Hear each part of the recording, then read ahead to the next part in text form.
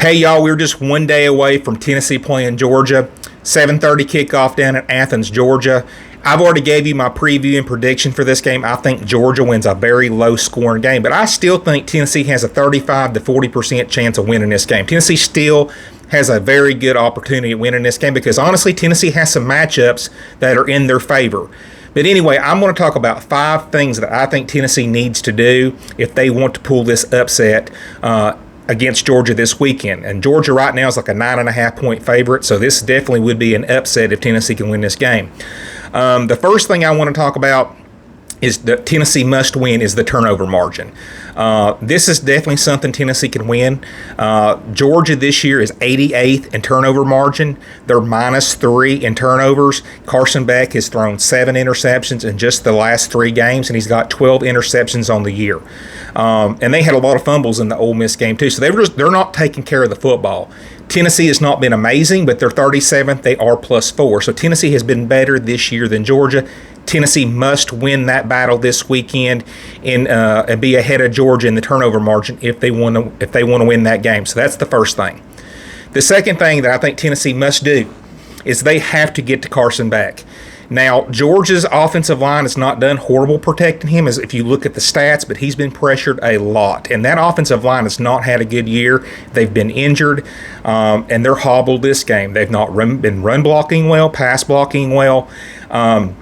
Tennessee is averaging about 2.4 sacks a game going into this game. Tennessee doesn't really blitz a lot, though. We get home with the front 4 that we have.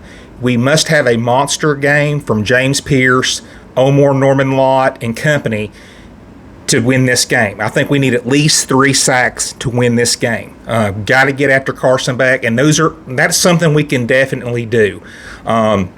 Especially with James Pierce coming off that edge. I think he's going to be matched up against Ernest Green. That's a matchup that James Pierce can win all day.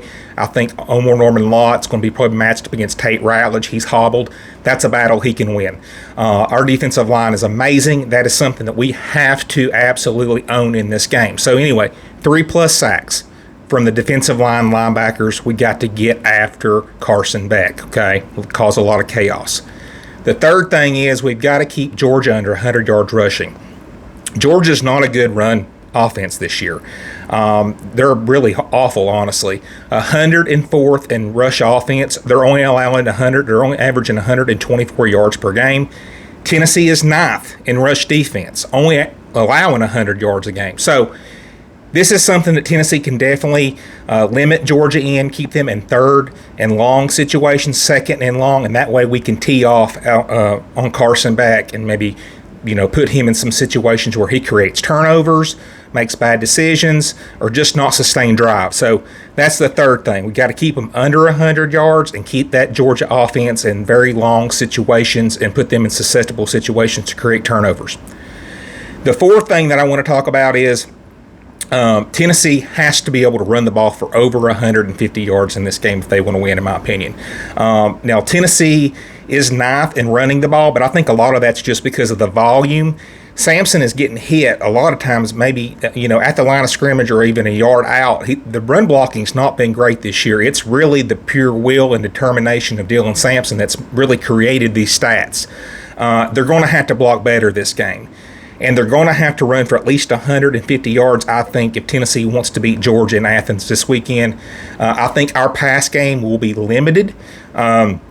It's going to be hard to throw on them, and I think the run game has to be there. It has to be consistent, whether that means bringing in a couple tight ends, doing something to generate a run game and taking the pressure off Nico Iamaleava or Gaston Moore. I messed his name up. Nico Iamaleava, sorry. But we got to do something to take the pressure off the QBs and keep the chains moving. So 150 yards rushing. Okay, that's 4 things.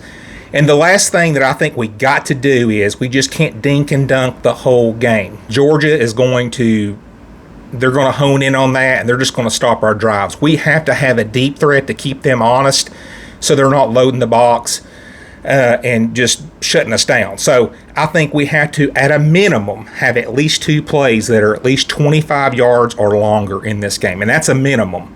I would rather see 3 or 4 plays at 25 or longer yard-wise. Got to have some splash plays. We got to have Dante Thornton. We got to have Squirrel White. We might have, hopefully a long run from Dylan Sampson, a splash play, something that can keep that Georgia defense, keep them honest.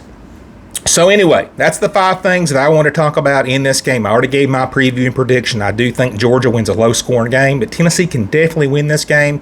And I think if they do those 5 things, they can definitely win this game, and it puts us in a position to win this game. I'll talk to you guys later.